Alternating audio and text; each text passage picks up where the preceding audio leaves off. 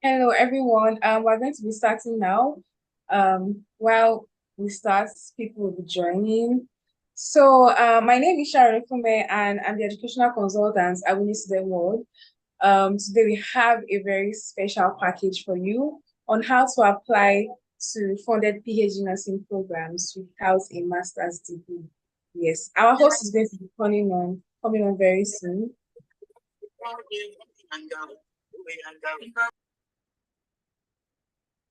Okay. So at Winning Student World, what we do is help people actualize their dreams. Now, we do not just navigate schools you could get into, particularly schools in the US or in Canada. We also provide information on how to get scholarships to these schools, also how to get assistantships in form of jobs and the rest of them. Our host is going to be coming on very soon to tell us particularly how she got into PhD nursing without a master's. Now, her name is Dr. Winifred Adebayo, and she has been in the US for over 12 years now. She currently has a BSc in nursing. She has a PhD in nursing. She has been an associate professor. And right now she's in med school. Yes, I know she loves school a lot. She has gotten scholarships every single time for all the programs she has studied in the US. They've all been fully funded, every single one of them, making you know that she is the best person to be giving this kind of talk. So, with no further wasting of time, let's welcome Dr. Winifred Adebayo as she takes us through this webinar. Hello, everyone. Good morning. Good morning from here, at least. Good afternoon or evening, depending on where you are. Before we continue, please let me know in the chat if you can hear me. Thank you, Sumaya. Okay, let me know if you can hear me. I want to make sure that everybody can hear me very clearly. Sumaya, can you hear me? Chidima, can you hear me? Stephanie, Sharon, can everybody hear me? Okay, awesome. Okay, I'm going to go ahead and get started. If at any point you're having any technical difficulties at all, we have people from Winnie Student World that will be here to help you. So please just say something in the chat and we're going to be able to address whatever the concerns are. First of all, thank you for taking time out of your Saturday to join us here today.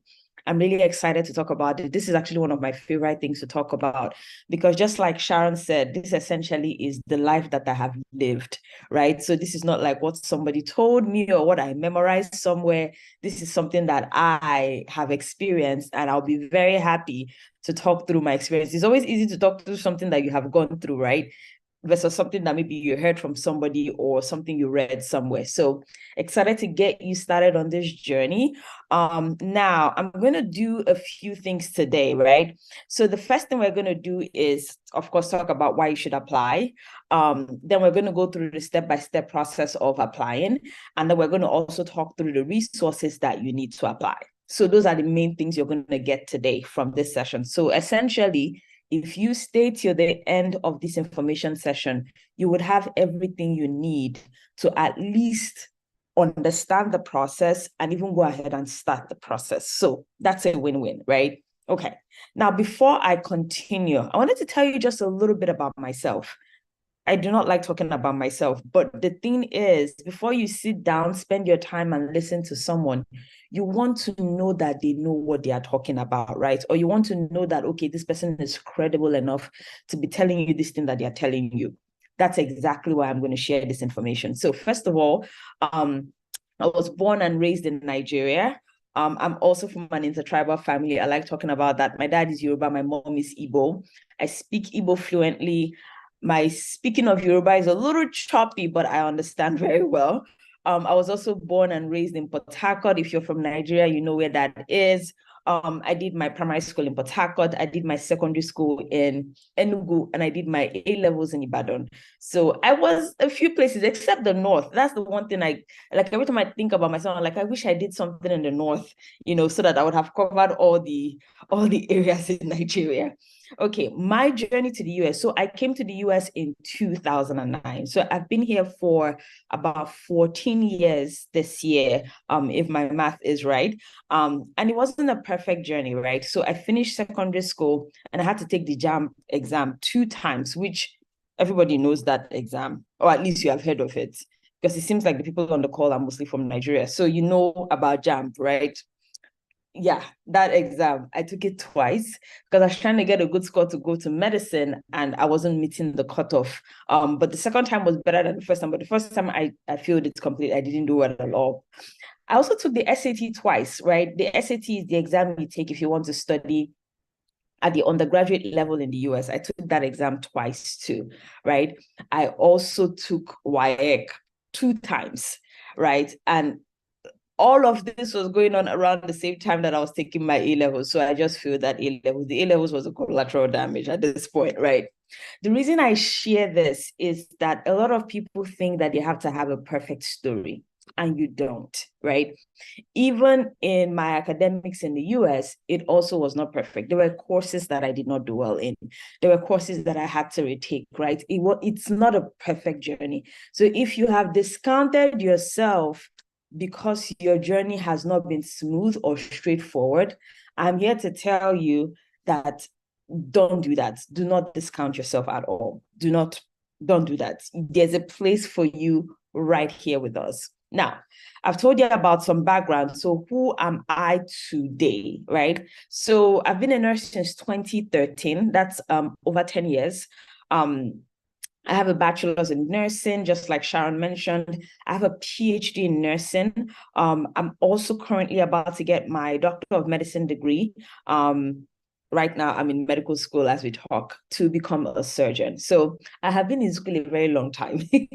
But more importantly, when I'm telling you about the educational system in the US, I'm not talking as an outsider. I'm talking like I'm talking as someone who has been through different levels, different phases, different institutions, both as a student and as a professor. And so I'm telling you about like things from the entire perspective of it. So you get to get the full picture of how you can be successful in it and also how you can get into it, right? I've been in the US education system my entire life in the US, either teaching or going to school or working, right? I've also received a lot of scholarships and awards, right? Both a full scholarship for my undergraduate degree, my bachelor's in nursing, a full scholarship for my PhD in nursing. I also received a scholarship for medical school, and I've also received multiple scholarships since then. So when I talk about scholarship, I also talk about it from a perspective of I have gotten quite a number of these, and I can tell you the process, what I did, what other people have also done to be successful. All right. So far, who is with me? Who is excited to get to learn more? Like, I'm looking at the chat too, so that I make sure that people are listening to me and I'm not just talking to myself. So who is ready to learn more about how to go about this?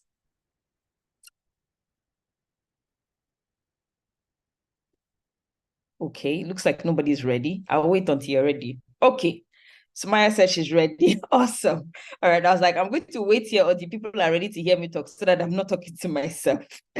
All right. So Sharon already told you about Winnie Student Award. I started Winnie Student Award in 2015 as a PhD student.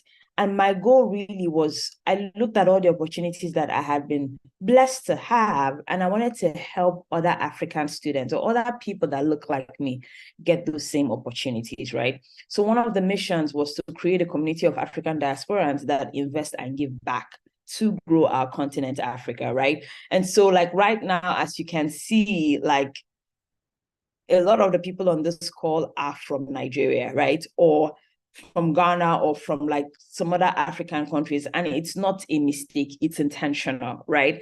And essentially, we want to be co-pilot in helping you accomplish all the things you want to accomplish, right? Whether it's using our free resources or attending information sessions like this, or like watching our videos or paying for services, we want to help you accomplish every single thing you set out to accomplish, right? Now, some of our services include like fully or partially funded programs, education and career mentorship, navigating immigration. Like you hear a lot of things about how US immigration is scary, for example, right? We talk you through all those things so that there are no surprises and so that you can navigate the system seamlessly. and also lifestyle things like movies to watch, like places to eat, like essentially just how to like adapt to a very new society or to adapt to a new society and new culture. We do all of that here. Now, we have reached quite a number of people, right? Through our social media channels, through our courses, through our programs. Like we have been able to reach a very wide audience of people.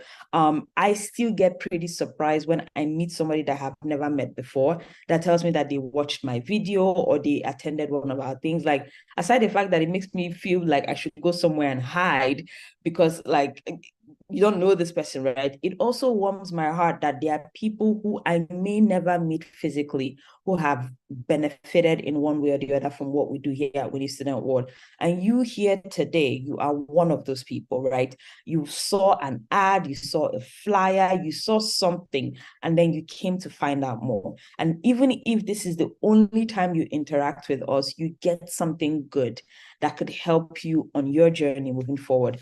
And we are very grateful for that. And these numbers are more than just numbers to us. They are people that we have either touched their lives or people that have crossed paths with us. And we are grateful for whatever little role we're able to play in them being who they are today. So, yes. And again, why we do this or why I'm doing this particular thing, I'm from a family of healthcare providers. My mother is a pharmacist. My brother is a physical therapist. I've been a nurse for many years. I'm also in school to become a medical doctor. Healthcare is very near and dear to my heart. Every time I hear a story about somebody who died from a preventable cause, it breaks my heart because there are people who could do something about it. And there are ways that we could train ourselves to be able to meet that need. I believe that healthcare is a right, and everybody who is on this earth should have access to healthcare and access to people who can take care of them. So healthcare is important to me. So this is a personal project, right? The healthcare part. But we also want to help 1 million students get into funded programs. Education is tough. The structure in a lot of African countries is very shaky. Like if you're here, chances are things are not going the way you would like them to go in your home country. And so you're looking for better and you're looking for more for yourself and for your family, right? And so we recognize those things and we know that it's expensive to want to pay from pocket to like, go to school abroad. And so we want to help you navigate that and we want to help you get into programs that will help you be successful, right? And again, we want to uplift our continent, like our home, right? We want a lot of people who look like us to be out in the world doing amazing things wherever they are, reaching back, pulling people also, and also helping them become just as amazing or even more amazing than they are. So that's our goal. This is all the ulterior motive we have here today. That's it. This is it, plain and simple, right? So without wasting any more time, I'm going to jump into the meat of what we're talking about today. Okay, so when you think about studying in the US or Canada, what is your biggest challenge? Like, just tell me what is something that like scares you or makes you uncomfortable or like something that you're afraid of may not work. Like, what's your biggest fear? You can tell me in the chat.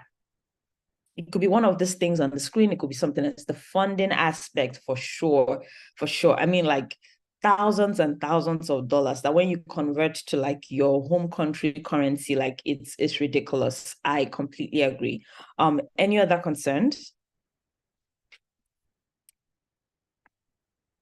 Welcome to the people joining us. Welcome, welcome. Please tell us your name and where you're coming from in the chat. We're happy that you're here. Okay, so we're talking about challenges. What is your biggest challenge or what's the biggest reason you have not applied to study in the US and Canada or Canada as of today? So Sumaya said funding. Anybody else wants to chime in about what their challenges are?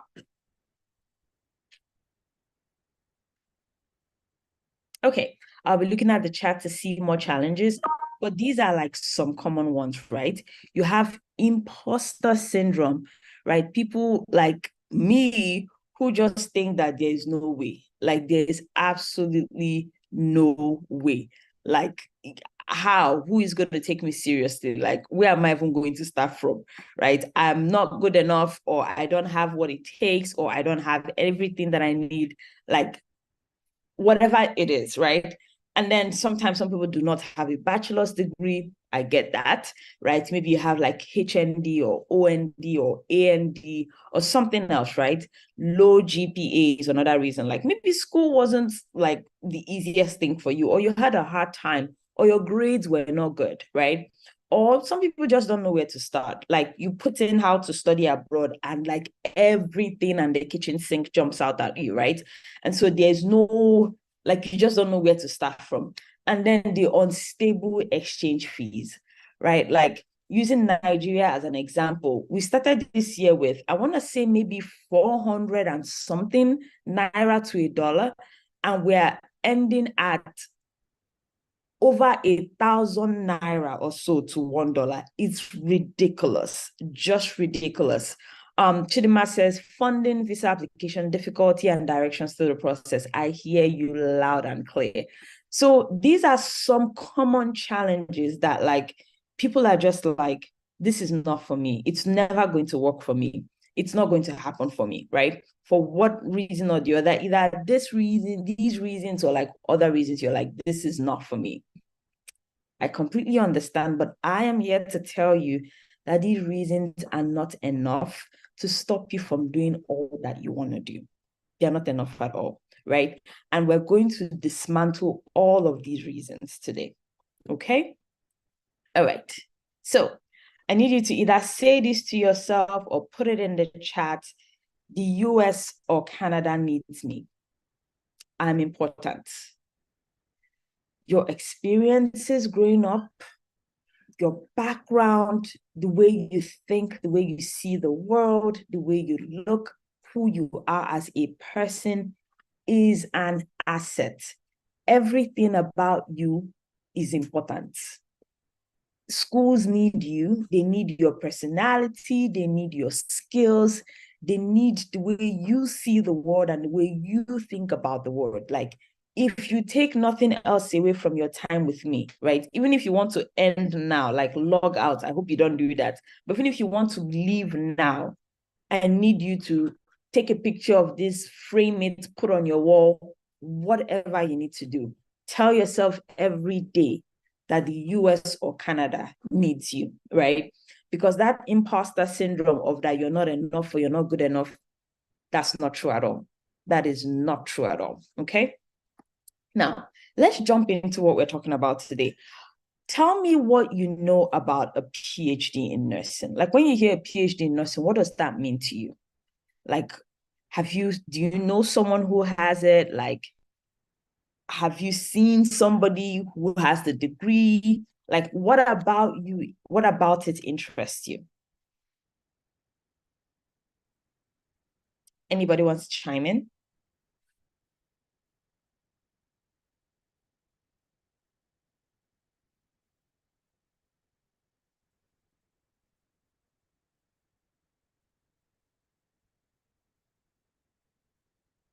Okay, I'm going to give one more minute and then I'll continue. Does anybody want to tell me what they understand or why this interests them? Okay. Stephanie says she just knows me. Sumaya said, I am excited about it. When I see nurses back PhD, I'm always happy and I want to be the person. Oh, that is beautiful, Samaya. That is very beautiful. Yes. Stephanie says she knows me. I get it. Chidima says PhD in nursing is a doctor of philosophy in nursing. Dictionary definition, very correct. And the salary looks mouthwatering for sure. And this is a base salary in a lot of places. So you could earn way more than this, depending on where you work or what you do after your degree. Thank you very much. Thank you all for participating. Okay, so a PhD in nursing is essentially a degree or a training process that helps you affect healthcare patient care and outcomes through research and education, right?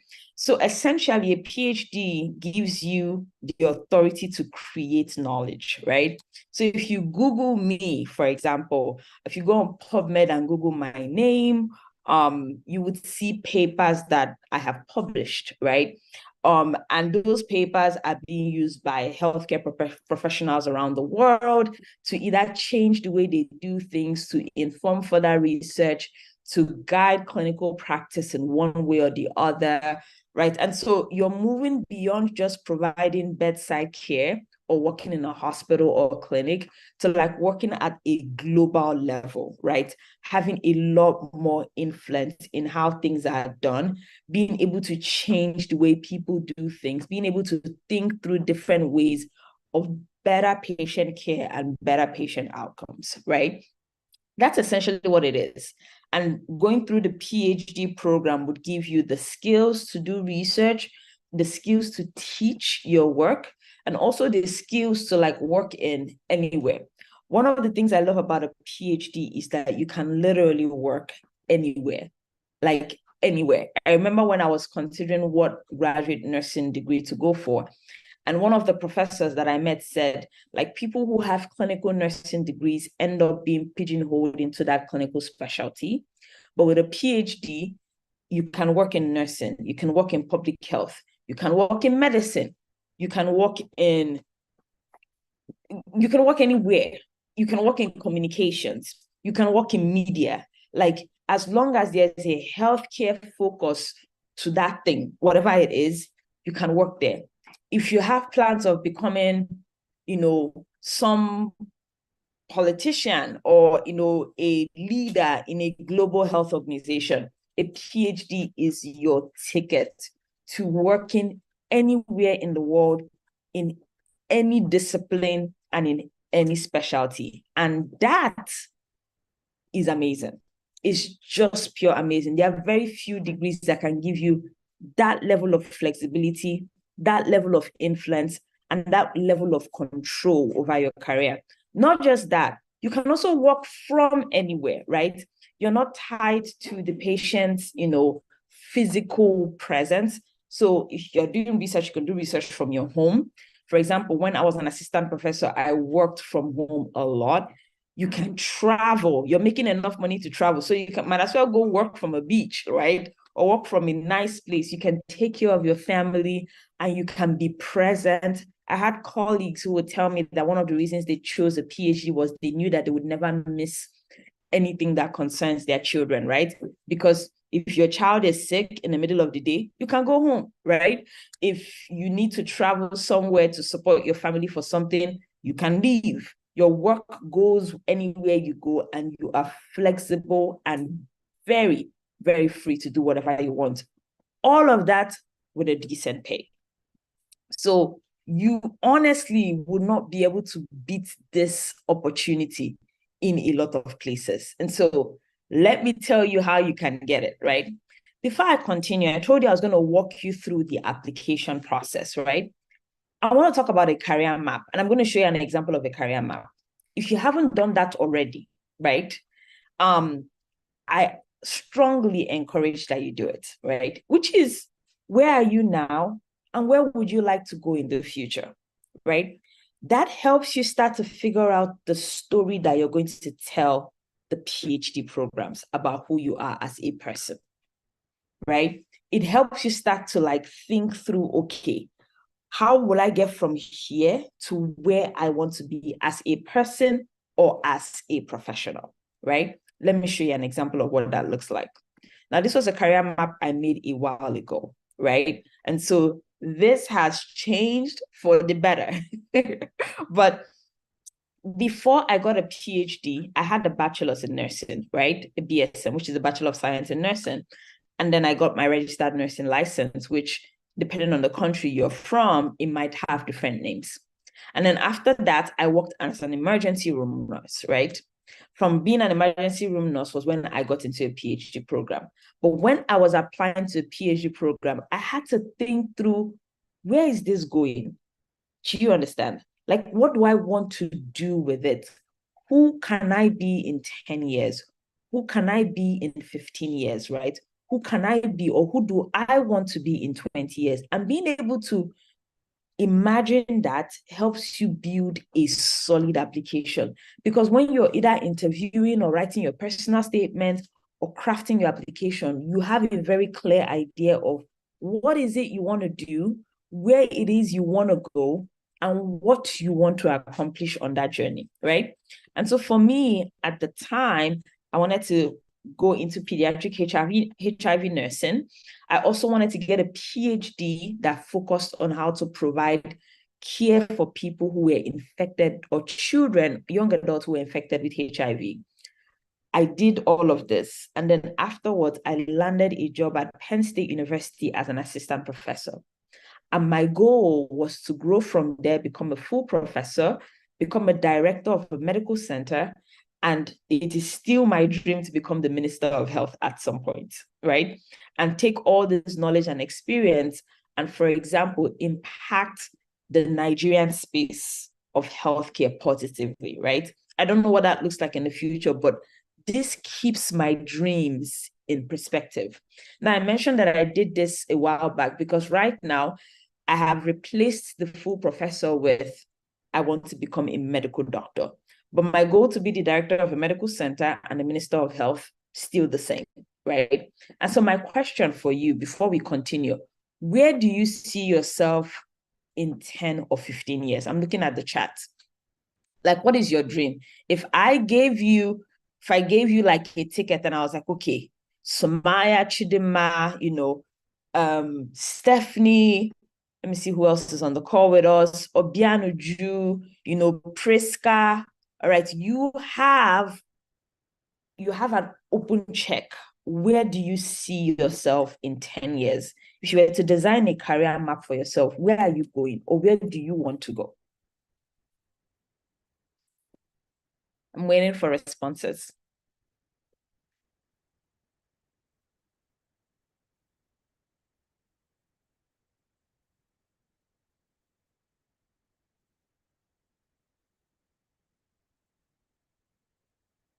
Okay, I'm gonna give one more minute, but I would love to see what is your dream? Like, where would you like to be in 10 or 15 years? Like, what's your career dream? And I need you to dream big, no small dreams here. Dream big. You want to be the director of World Health Organization. Like, where are you going? Or where do you want to go? Looking at my career map and being inspired by that, I want to know what your own career map would look like. Chidima says a professor. I love it. I love it. So a professor of nursing, I imagine, or a professor of something else.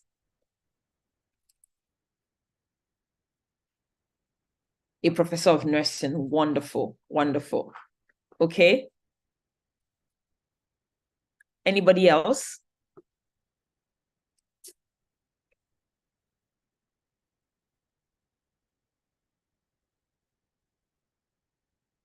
A professor of nursing, lecturer, nursing students. Okay, I love that. Sumaya said that. Anybody else?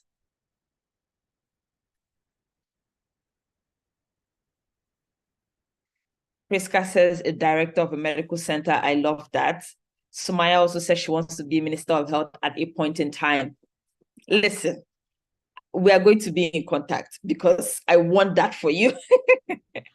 A commissioner of health afterwards. Great, great. I love to see it. That's wonderful. Now, you're looking at me right now. I've done everything to the professor part. And I can tell you that it's not impossible. It is not impossible at all. Okay, well done, everybody. Well done.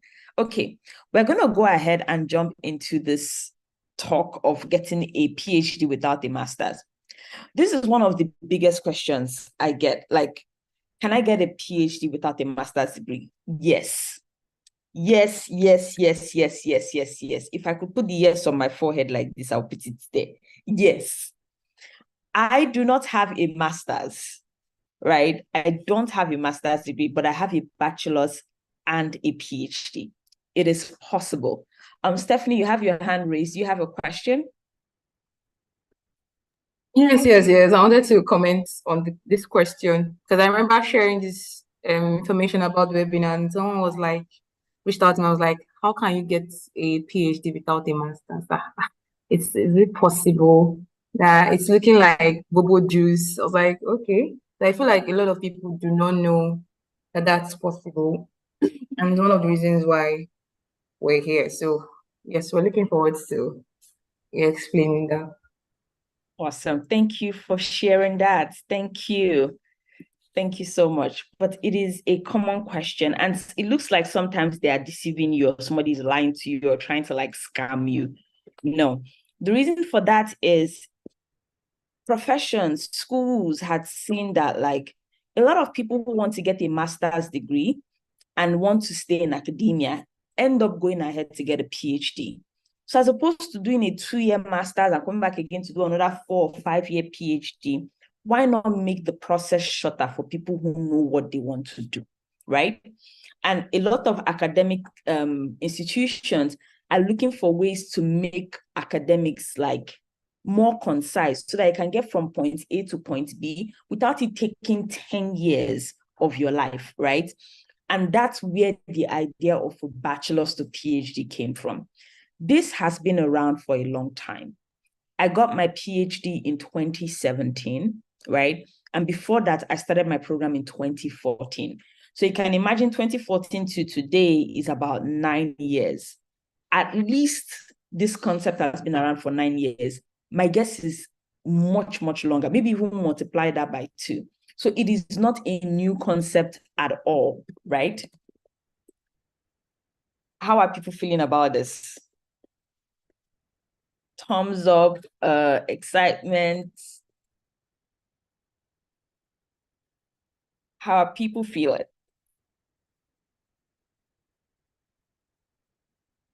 Okay, awesome. Now, let me tell you how we can actually do this. But before, I want to show you examples so that you know that Winnie is not out here lying to me on a Saturday afternoon.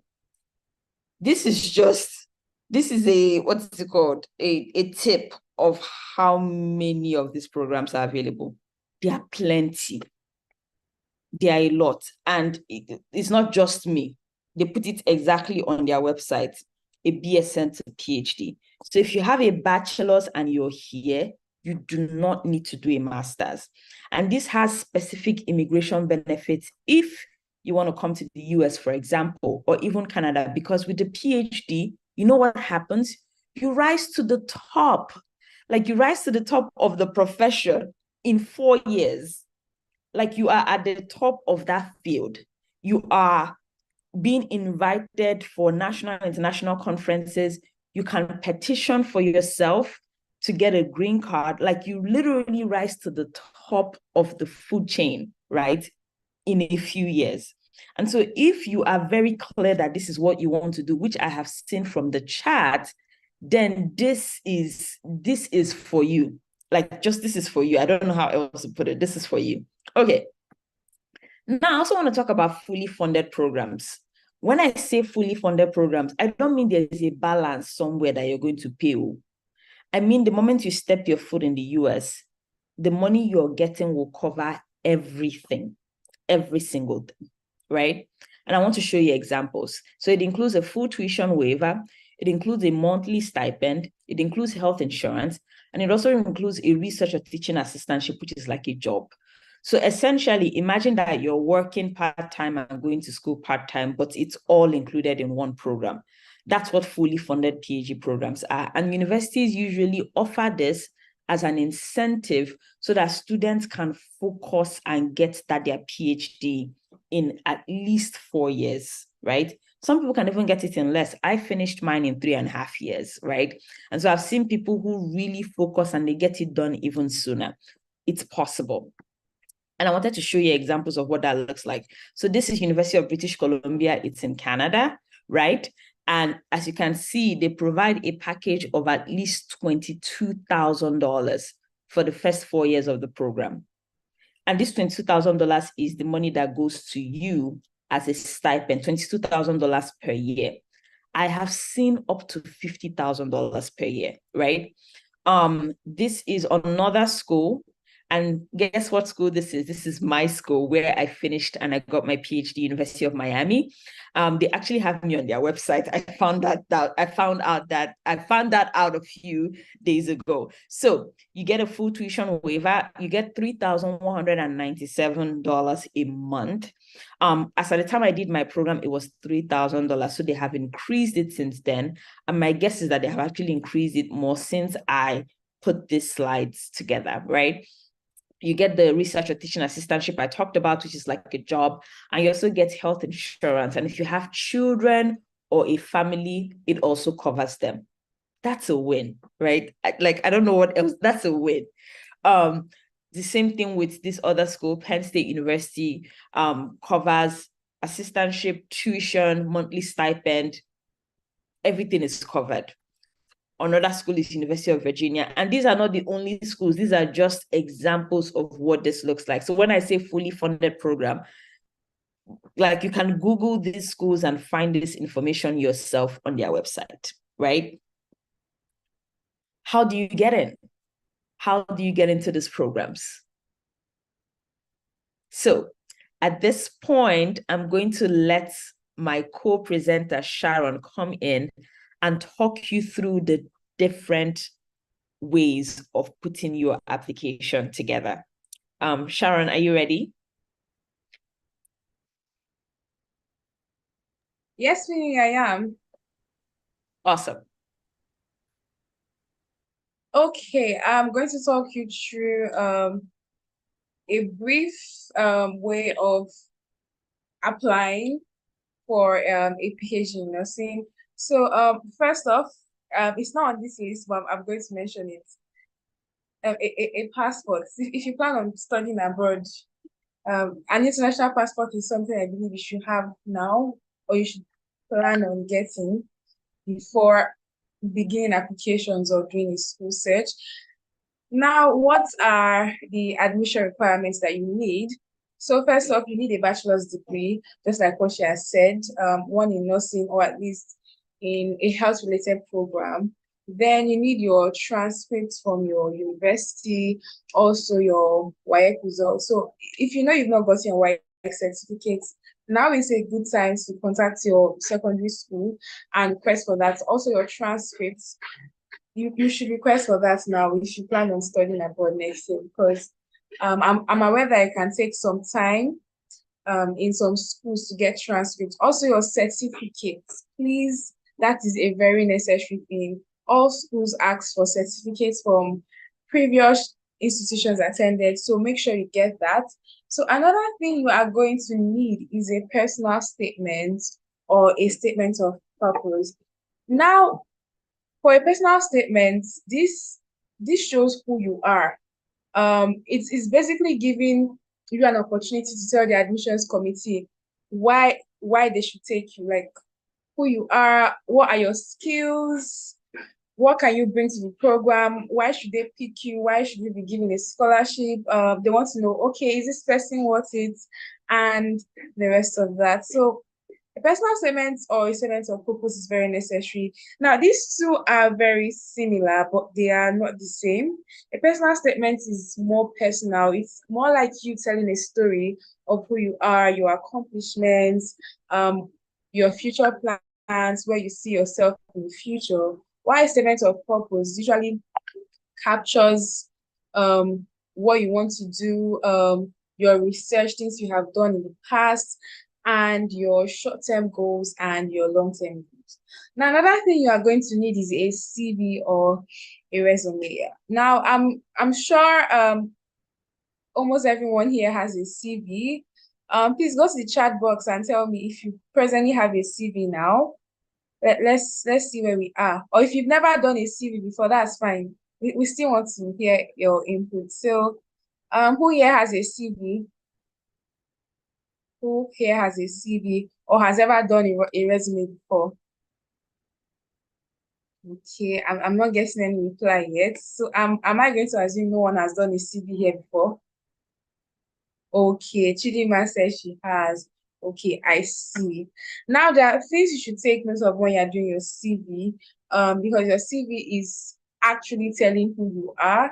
So there are things that should never be on your CV, like your religion, your sex. No, nobody wants to see things like that. A CV should go straight to the point, where you list your professional experiences, your education. Um, References most times are usually based on requests. Right now, they're not always very compulsory. List your certifications, your trainings, and the rest of that.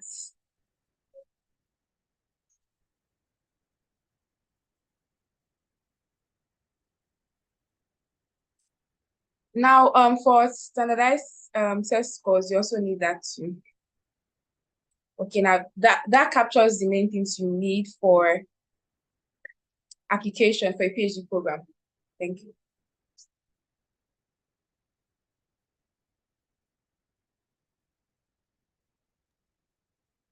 How are we doing and feeling? Thank you for that, Sharon.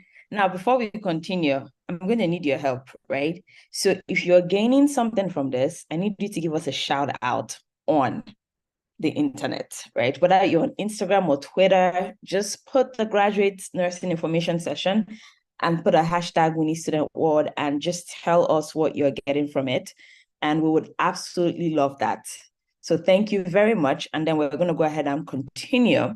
Okay, so Sharon talked you through what the application process is, right? And I'm not going to bore you with too much details on that, right? I'm just going to point out specific things. Your transcript, you may need to actually evaluate that, right?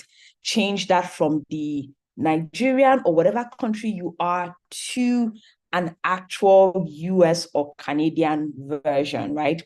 An example is a lot of schools in Nigeria have a cumulative GPA out of 5, but the US and Canada do GPAs out of 4.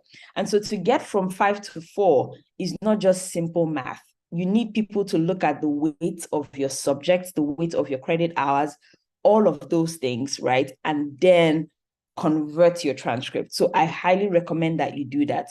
The standardized test and English proficiency exam could be optional depending on the school, but we want to give you the full scope of what to expect. And then you also have your recommenders and letters of recommendation, which you need at least 3. This is a list of places you can get your transcripts evaluated. The NACES is an organization that has a list of approved agencies, right, where you can go. The most common one is WES. I would also let you know that WES is pretty pricey. And so if you want to do this, you can also ask the school if they would take evaluations from somewhere else and then just find the cheapest one there and do. So that's why this list is here for you. And if you need a copy of this, just send us an email and we'll give this to you so that you can have. We also talked about standardized tests. GRE is one that some schools may ask you for. English proficiency exam may not apply to you if you're from a country that speaks English, but some schools insist that all international students have it. So those are the 2 main standardized tests you take. So the GRE and English proficiency exams, if the school requires it. Now, you can now take your GRE at home. Since the pandemic, they now have that option. So if you have a laptop, a private space, you can take your GRE exam at home. Now, with the English proficiency exam, there's also something called Duolingo, which you can take at home. We have a video of this on YouTube where I show you how to register and how to take this exam from home. So just check it out. If you put Duolingo, We Need Student World, you're going to see that face. So check that out for more information, right? And then we have another video on YouTube that talks about how you can take your GRE and TOEFL at home. Again, these resources are free and available for you to look at and take advantage of. All right. Now, the letters of recommendation, you can get it from either current or former professors or teachers, peers or colleagues, supervisors or managers. You can get it from anybody. Now, there are schools that recommend that they want at least one from a professor. If that is the case, definitely do what they want you to do. But if they keep it open, you don't need to go talk to teachers that you haven't spoken to in the past 10 years, right? If they say you can get it from anybody, Get it from people that you have worked with, get it from supervisors or managers, people who can say good things about who you are as a person and what you have accomplished. Okay. And then, of course, the application process includes searching for schools, taking and passing the exams if you take them. Sharon told you about your personal statement, which is very important, right? And then I also want to tell you about nursing CAS, right? Nursing CAS is a centralized application system that has over 300 nursing schools there. So you don't need to like do 10 or 15 applications or something like that. You can do one solid application and send it to multiple schools. I also used nursing CAS 9 years ago to apply to my program. And so this makes it simple and this helps you do it in a shorter time. So right now it's November. If you want to go to school or start school August next year, this is a way to do that and a way to accomplish that. Okay, now I also want to tell you a little bit about the anatomy of a personal statement.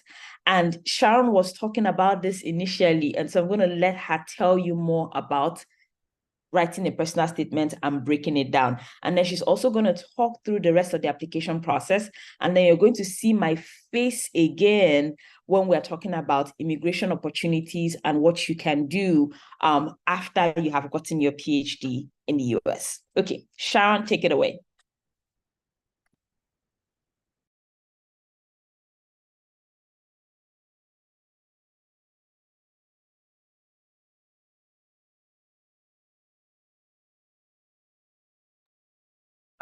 Just like she said, I'm going to take you through the personal statements and the rest of them. Now, for a personal statement, like I've said before, it should tell a story. It shows who you are, why should the admissions committee actually pick you.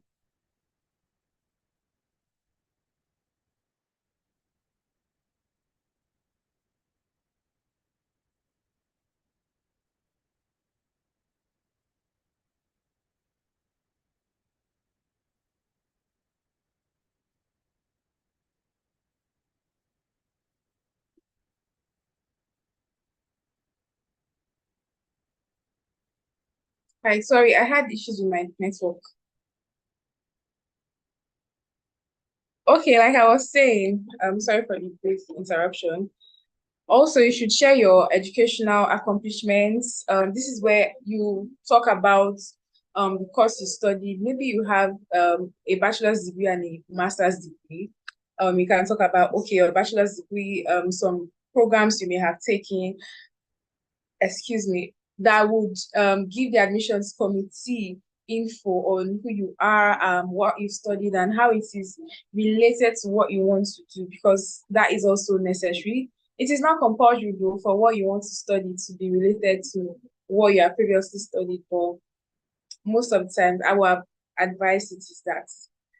Now you also talk about your professional accomplishments, where you have previously worked, where you work, any significant achievement that you may have gotten, even if it's employee of the week, something that highlights your achievement, that talks about you as a person. And basically, I see a personal statement as like an opportunity to boast about yourself. Yes, be very confident. Tell them, why are you a good fit? Why should they take you? What is special about you that other candidates may not have? Now, it's also another opportunity to talk about your personal accomplishments. That is why it's called a personal statement. If you ever had any issue growing up, um, maybe you grew up in a poor family or any of that, you can talk about that and use it to your advantage and show how you persevered, show how you worked hard, and you were able to overcome that phase. That is beautiful, if that applies to you though. Now, another thing you should do is to share how the lessons you learned have inspired you to continue your education to be a healthcare professional. So basically, from what I've said, your educational, professional, and your personal accomplishments, all the lessons you've learned there, you put them together and then you share it with them. Just have a detail of them and how you want to use that to continue to pursue your educational life. For instance, now if you're writing a personal statement for a PhD and you have at least written 2-3 paragraphs of your personal statement, and you are getting to share how you worked hard, how you were resilient, how maybe you started a business, how your grades were slipping up, but at the same time you ended up graduating with a good results. That's the perfect opportunity to talk about that. Talk about how that has changed you. Talk about the lessons you have learned along the way and how you plan on implementing that in your program, especially when you're going for programs like an MBA or a PhD in nursing. Now let's go to the next slide.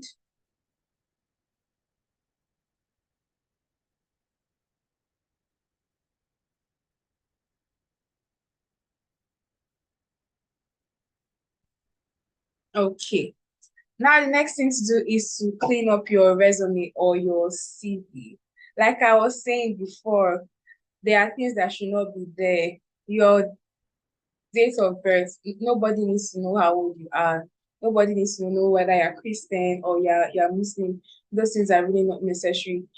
If you have certifications or relevant trainings, you should add that. Also, if you giving presentations, this could be as little as a seminar presentation in your school or a project presentation. You can add that there. At Winston World, we have a CV template for all this. Also, your resume. Resume and CV, they're almost the same thing. Basically, a resume is mostly one page and captures everything, while a CV is usually more detailed. So most times it depends on the kind of program you are applying for. But for those of you that want to go for a PhD in nursing, you most likely be needing a CV. Now, the next step that you're going to need to do is to complete your online application and submit all the recommended documents. So let's say you've drafted your essay, you drafted your CV, you have drafted letters of recommendations, you have gotten people references that can speak on behalf of you. Everything is ready and you are ready to apply. Now, by this point, I would assume you must have found schools you want to apply to, because you cannot begin applications if you are not sure about the school you want to go for, or the course you want to study. Now you just go ahead and start an application online, assuming you already know the school you're applying to. Yes, you start that, you fill in your details, you submit all the documents you require. Everything should be ready at this point, your transcripts, your certificates.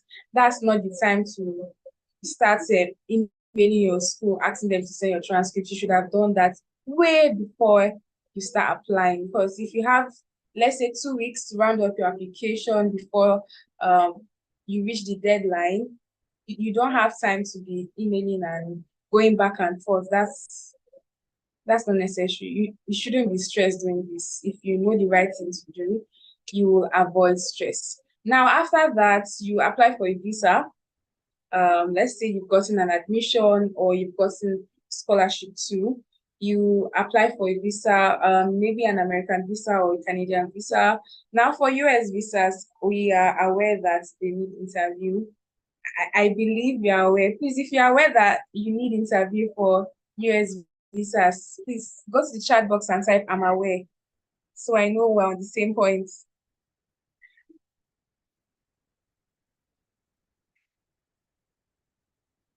Do we still have people on this call?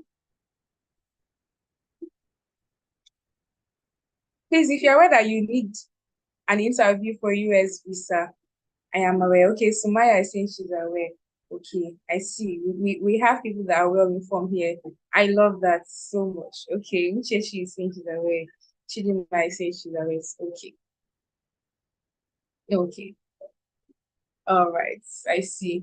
Now the next step is to practice for a mock interview if needed. Now, this interview you need to prep for is not just a visa interview.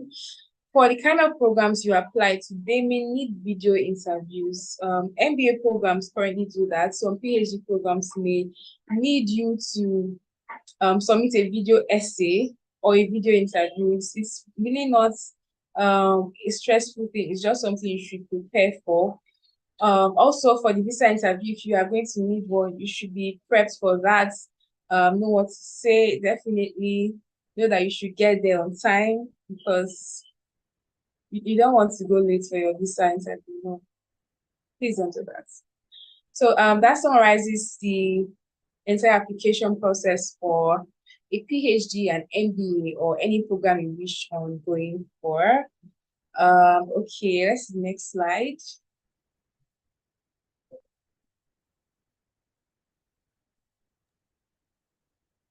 Thank you very much, Sharon. Thank you so much. Thank you.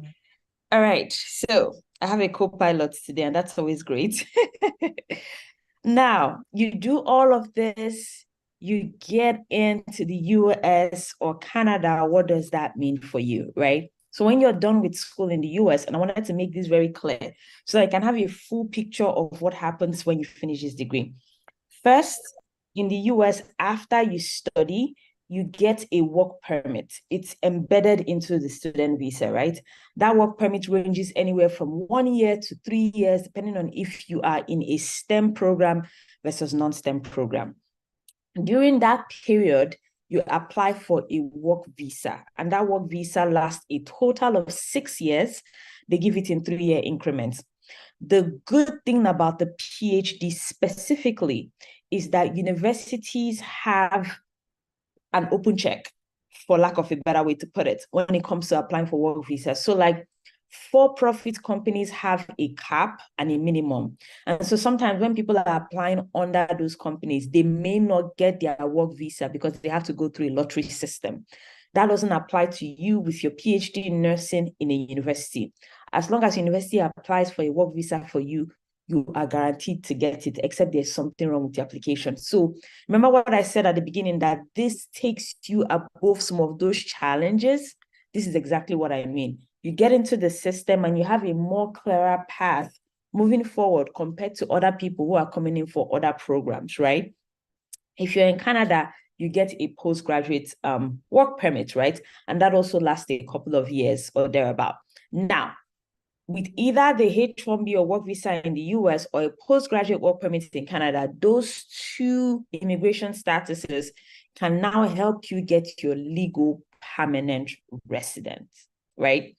Now, if let's say you come to the US next year, August, and this is just an example, right? Of course, people's individual circumstances will differ. You come to the US or Canada, right?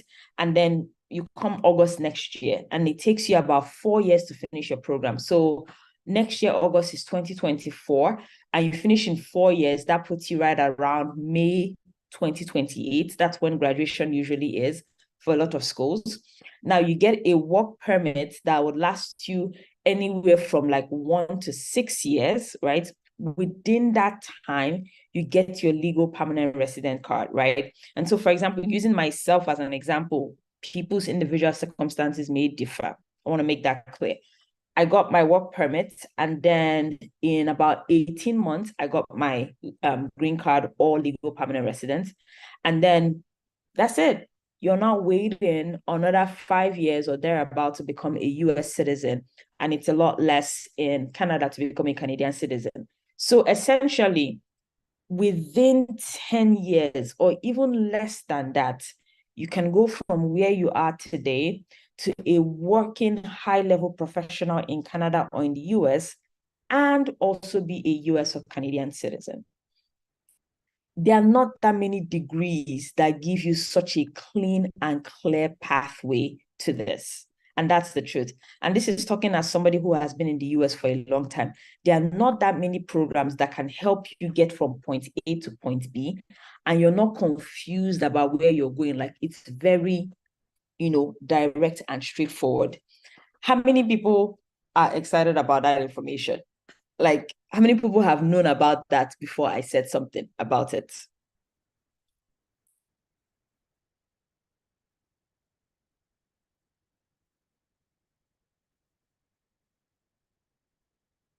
I'm waiting. Who else is hearing about this and is thinking, I didn't know that before? Okay. All right. So this is the $1 million question. Does this seem like a lot? And tell me, like, honestly, if I said, and I'm just calling out names, do not feel like I'm putting you on the spot. So let's say I said, Obianuju, Patrick, Sumaya, Uchechi, I've given you all you need to go and do it. Would this feel like something that is doable, or does this feel like a lot?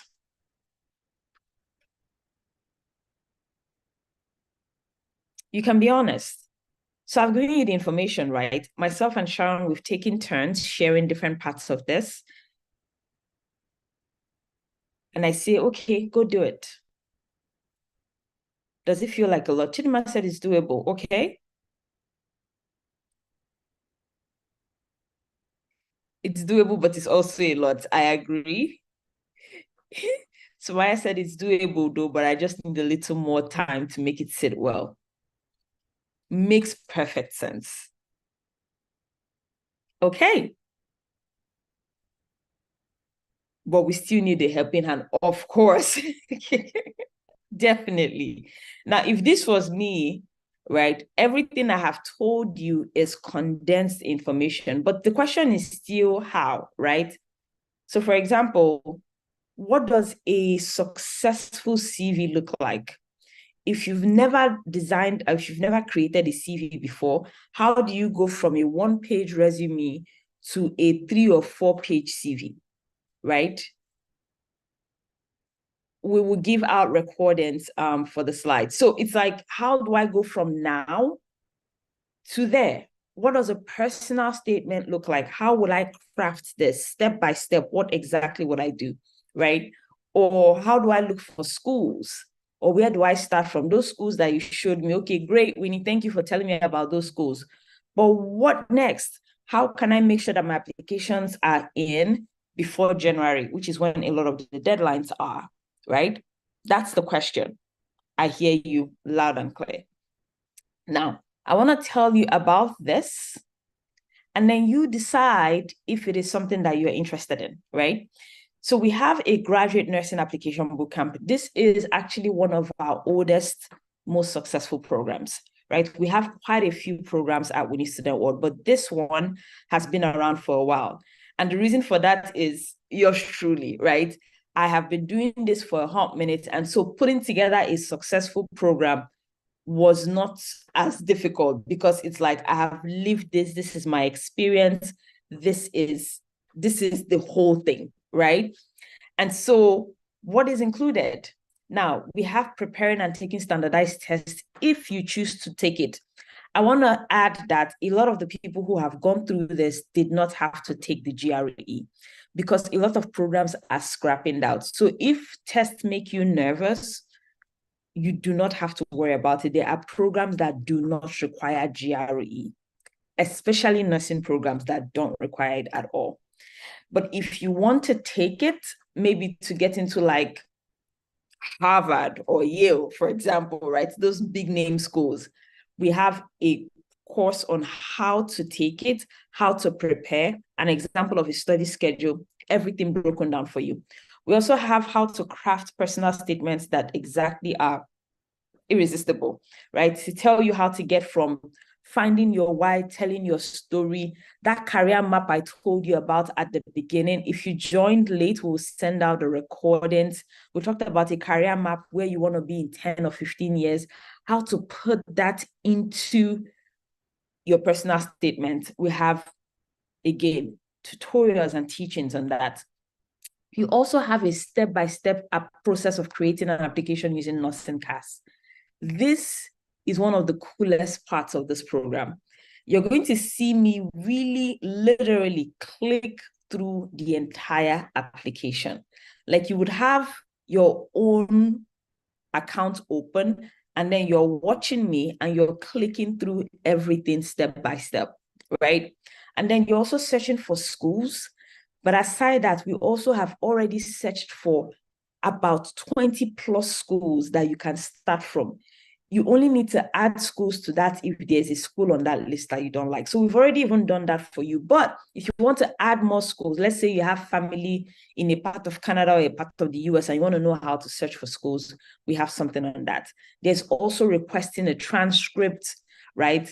Then there's how to get recommendation letters and also how to write them so that the person who is writing them for you does not delay your application, right? And so it tells you what to look for, what to ask for, what to include. We also show you how to make your resume or your CV stronger, how to go from, again, either no resume, no CV, or like a one-page resume or CV to like a full thing, right?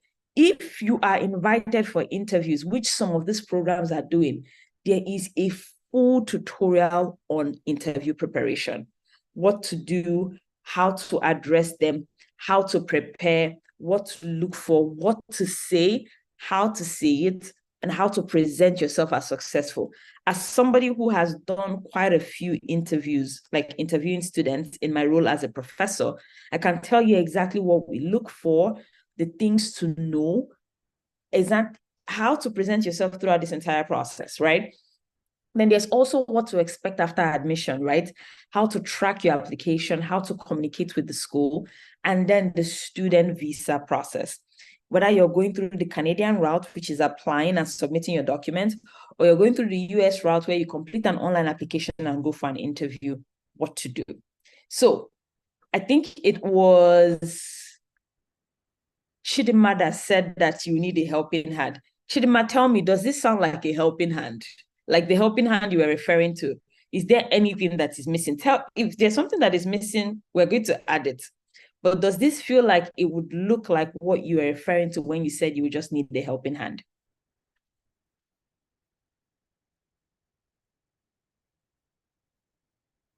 Awesome. Exactly. Thank you for that. So there are some bonus things. Test planning. We don't just tell you how to make it, we also give you samples and templates. I talked about the pre-selected schools.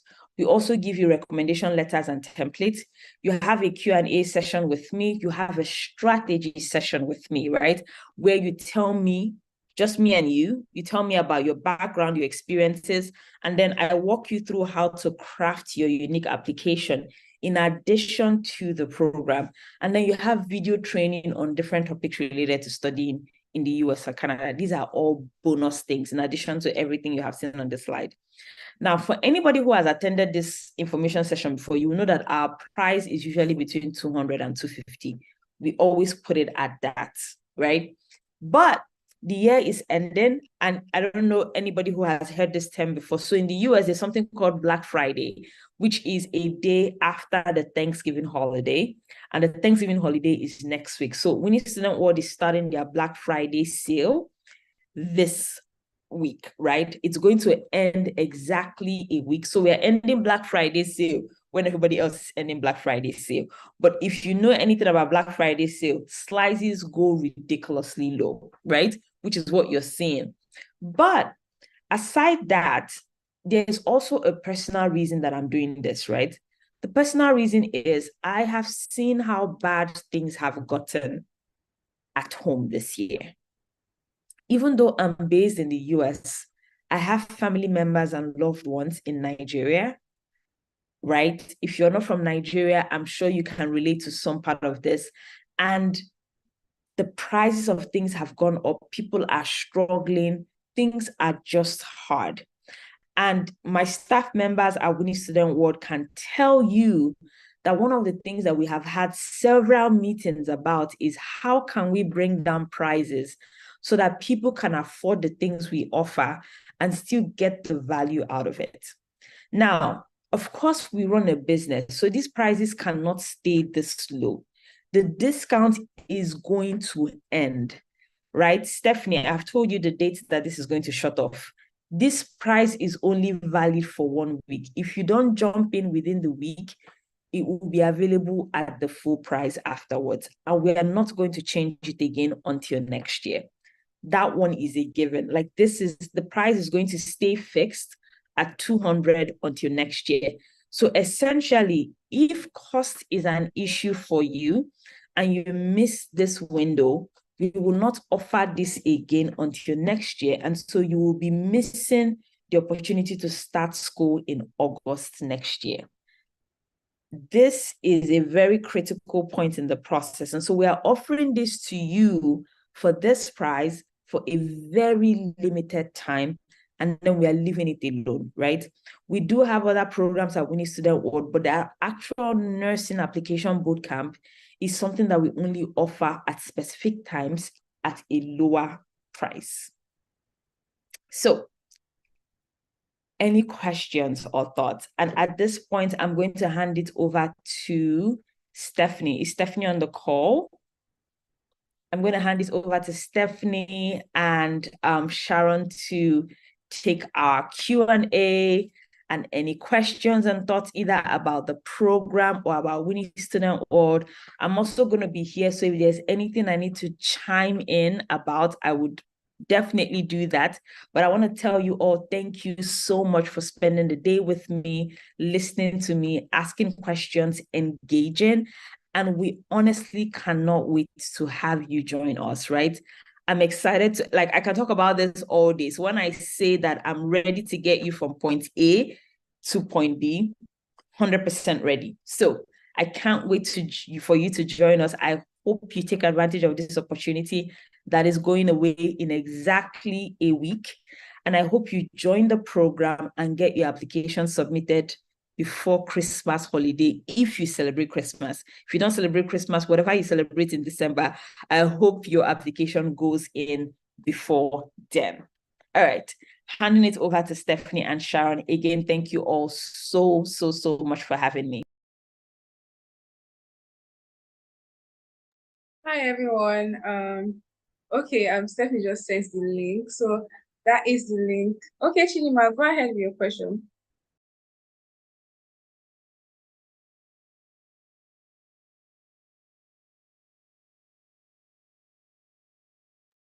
So that is the link to register for the nursing bootcamp. Chinima, what's your question? You can unmute your mic and talk, or if you don't feel comfortable talking, you can just send a message in the chat box.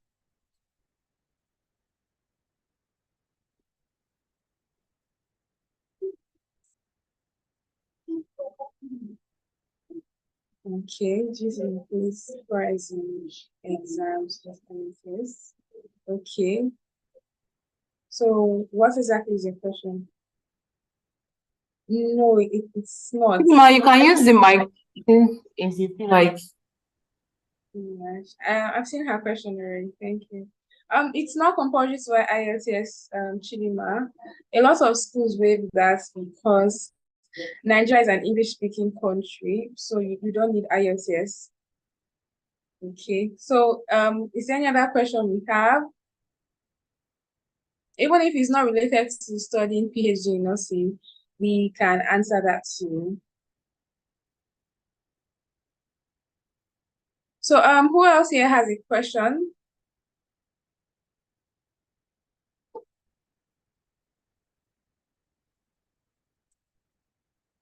So, Uchechi, Hope, Patrick, Obianuju, Sumaya, no one has a question. You understood everything that was taught today.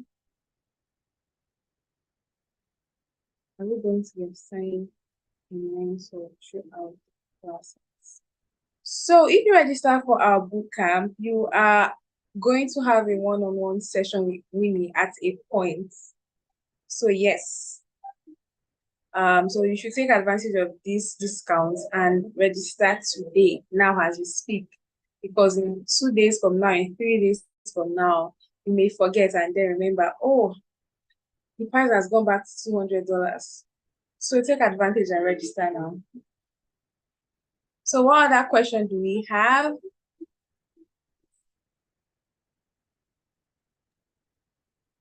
So yes, to what Sharon said. Okay, Sharon, there's another question. Go ahead. I also wanted to emphasize on what you said that yes, there's going to be a mentor. We're going to be there, and most of both Sharon and I, rest of the team is going to be there. So the there's a guarantee that once you register for nursing bootcamp, you have to first be ready, like within yourself. Okay, I want to go for this. There's 100% guarantee that once you attend the bootcamp and follow the process, and you have someone to hold your hand, and you have more direct one-on-one assistance, because this session is like us giving you information and telling you what can be available and what you need to know. But if you need direct, like you need detailed assistance, that's what the bootcamp is for. This is a 100% guarantee that once you register for it, the next fall you're studying for your PhD, fully funded and none of those things. So all you just need is your commitment, and commitment via paying for the course, and your commitment personally, like I'm ready for this. So Patrick is asking, how is it like for someone who has already gotten a master's degree? Okay. I'm trying to understand. Okay, you came. So I assume you have a master's degree in nursing. Patrick, can you respond to that, please? You can use the mic if you don't want to just drop chat. Do you have a master's degree already? Yes, Okay, a in what master's course? degree.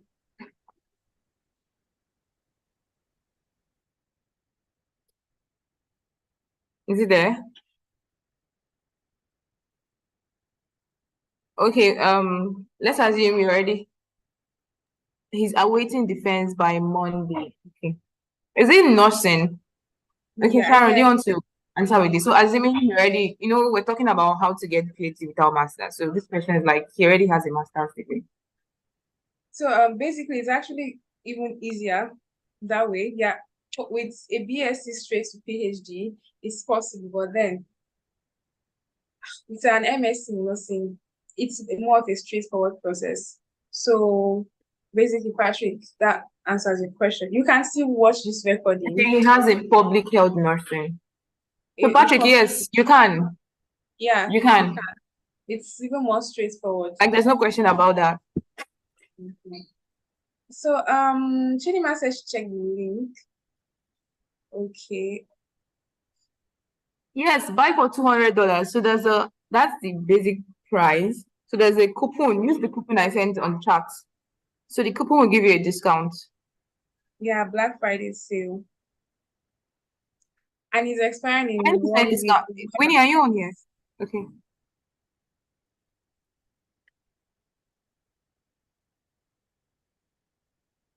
So Chidima, try register with the coupon and let's see what you see. So the coupon discount expires in 1 week. We're just using the Black Friday November discount. So it's best you take the opportunity. I'm still on my internship. Yes, it is, Sumaya. It is. Yeah, in What fact, kind of yeah. internship are you doing? And how long will it take? Like, when are you going to be done? Okay. Sure. Sure. Okay, you can. You should. It's not even a matter of can. Yeah, you should. So you start the process, you start the program, and by the time you're done with the program, okay, be done by July. Okay. So by the time you're done with the program, you're getting, remember, Sharon was listing out all the requirements you need to start. So you don't need to wait until July to start. No. It's a process, right? So you need to start now, and you can go back to checking out all the requirements. Once you register for the bootcamp, though, like I said, there's a guide, the step-by-step guide. So in short, once you register, you'll find out that it's not something that you have to wait till July. So it's like you're currently undergoing your internship, or you're starting the process, so that by the time you're done, maybe in 2 months from then, you are already you're already done and ready to commence your in PhD.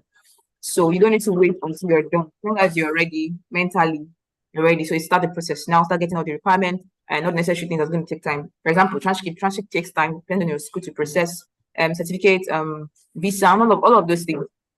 So you can register for the bootcamp now, and with the information that you're getting, start your application process. Chidima is saying, how do we pay? Okay. Chidima. Sharon, can you share your screen and maybe click on the link and navigate her through it? I think that will help. Yeah, because I'm basically on the site now and I am seeing yes how to. Or Chidima, would it be easier if we send you an account number if it's going to be difficult paying with your card, or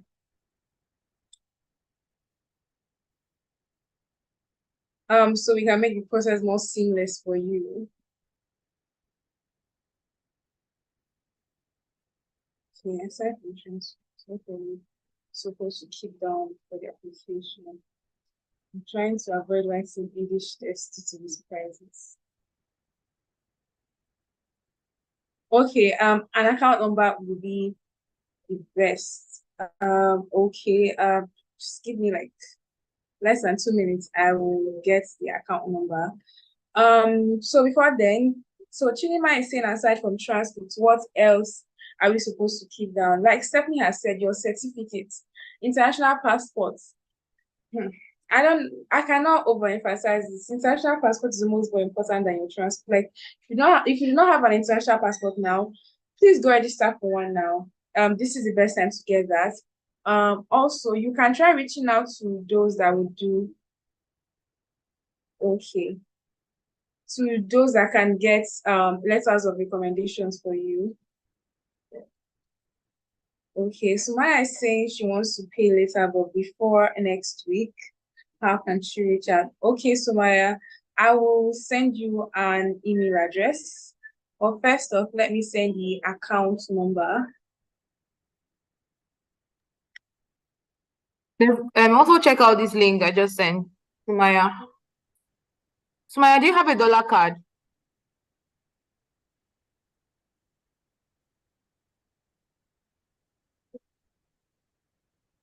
If you don't have a dollar card, you can click on this link I just sent and pay in Naira. But Sharon, still drop the account number. So Yeah, the price is $200, yeah. But because of the discount we have, it's going for 150 currently. And like I said, so when you want to pay, even if you're going to pay with your account, use the coupon code. The coupon code helps us to know that okay, you paid through discount. So this is the discount price, $150. And let me drop the coupon code again. Okay, so I just sent the account number in case you are finding it difficult to pay with the website. It's all right. You can send it. It's $50, $150 discount, meaning we are cutting away $150. Let me edit that. Yeah, that's okay. $150. That's the discount price. It's not 150. So it's okay. Let me. Okay. Chidima, if you send money to the account, I would drop a phone number so you can send your receipt there. Yes. So they can have you registered. It's a very simple process.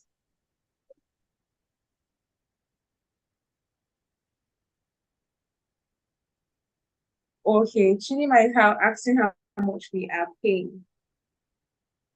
I have dropped it on the chat. Let me check equivalent in Naira.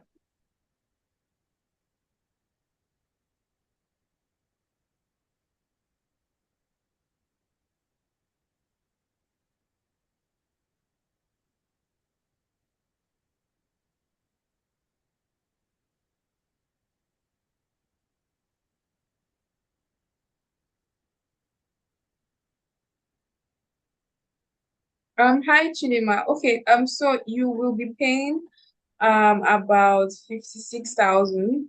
Actually, it's more. Um, it's more, but you can pay 56. Yes, it's supposed to be more than that, but then it's okay. You can pay 56. Yes, exactly. Thank you so much, Chidima.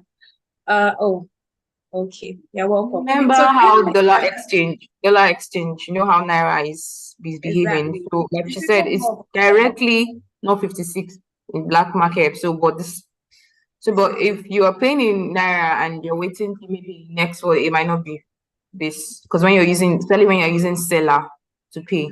So right now we're giving you an account number to make it easier for you. You can go ahead and pay 56. Who do you reach out to? Okay, Sharon, drop your WhatsApp number. You can reach out to this number too. Okay, I'll drop my WhatsApp number. I'll also drop a number you can send your receipt to. Reach out to this number and Winnie. Okay. An email. Okay, I would send our email address so Sumaya can follow us up. You need to see email.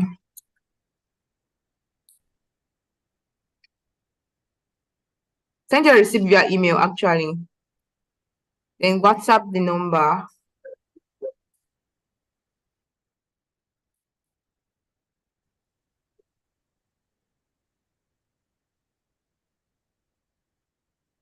Okay. Any other questions? Why are we good?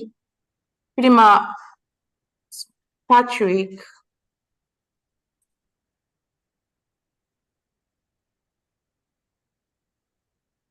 Okay.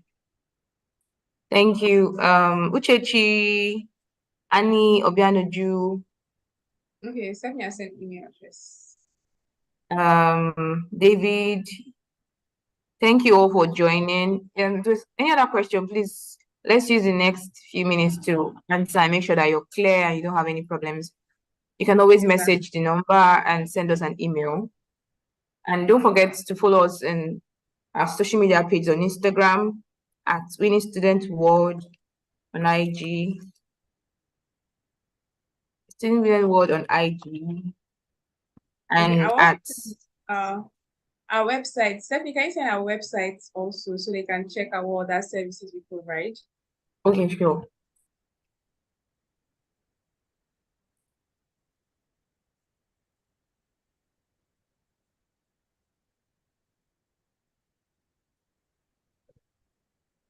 So thank you all for joining, and we hope that you don't just use the opportunity, don't just listen, like you act on it immediately, because that's the essence. There's some information that we've shared here and those that we'll share in the program that most people do not have access to. That's the advantage of you being here. And for those that are registered, the main people that are registered probably weren't able to be here. We have a recording. So if you came late, take your time and listen to the recording. We'll share it via our newsletter. As long as you registered, you will get the link to the recording on your email on YouTube. So watch it and take immediate action. It's not enough to listen and watch and ask questions, but you have to actually take actions as quickly as possible because time waits for no one.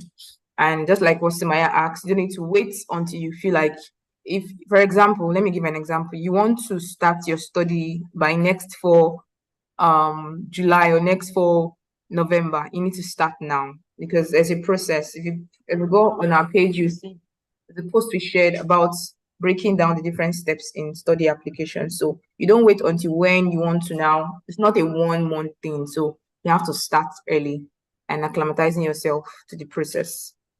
So thank you all so much for coming. Love you, and we're always here for you. Thank you, Sharon, for Thank you, Stephanie. co-hosting and Winnie. Thank you, David. Thank you, Chechi. Thank you, Patrick, for joining. Thanks, Maya. Thank you, Obianuju. I like that name. Okay. So we've come to the end of the session so far. Don't forget to reach us for any information or questions. We're always available. Our DMs are always available. Yes. I've Thank dropped you my so phone much. number. Stephanie has dropped hers. So, Exactly. Bye, everyone. All right, everyone. Thank you so much for joining. We can't wait to have you on our program. Yes, our nursing boot camp. Remember, 7 days.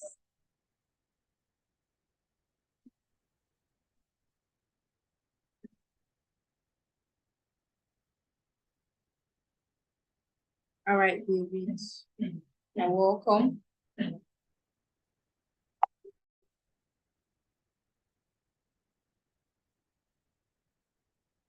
All right, everyone. Thank you so much for joining. Thank you, Winnie. This was very insightful. I've heard things I've never heard before today. Thank you so much. Thank you so much for joining, guys. I'm sure it wasn't easy joining on a Saturday that people really like to chill. Thank you so much for being here. All right then. Bye. Do enjoy the rest of your day, guys.